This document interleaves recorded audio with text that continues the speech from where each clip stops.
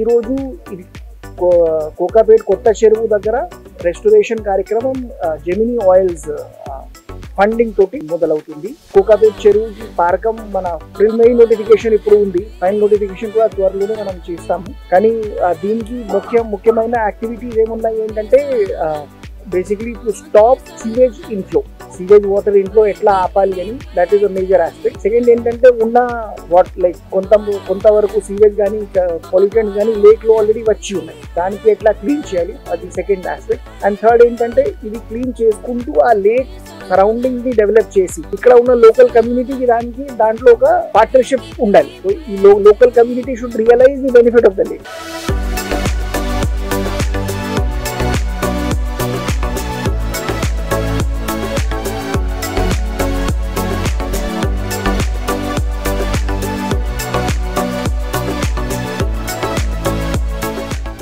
So Gemini edible oils తరఫున మేము ఈ ప్రోగ్రామ్కి సిఎస్ఆర్ తరఫున కాంట్రిబ్యూట్ చేశాము.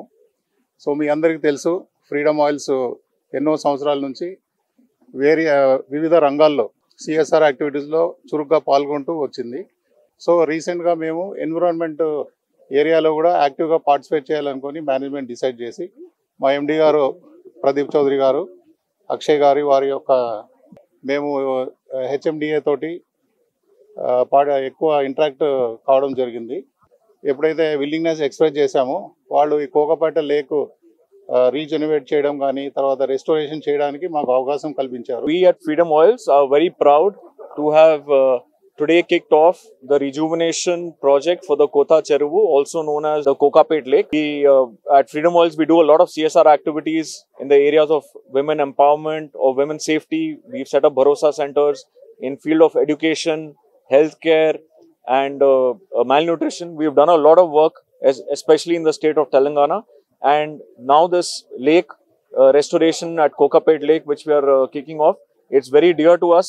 We at Freedom Oil, we just don't believe in the healthy eating, healthy cooking, but we go beyond that.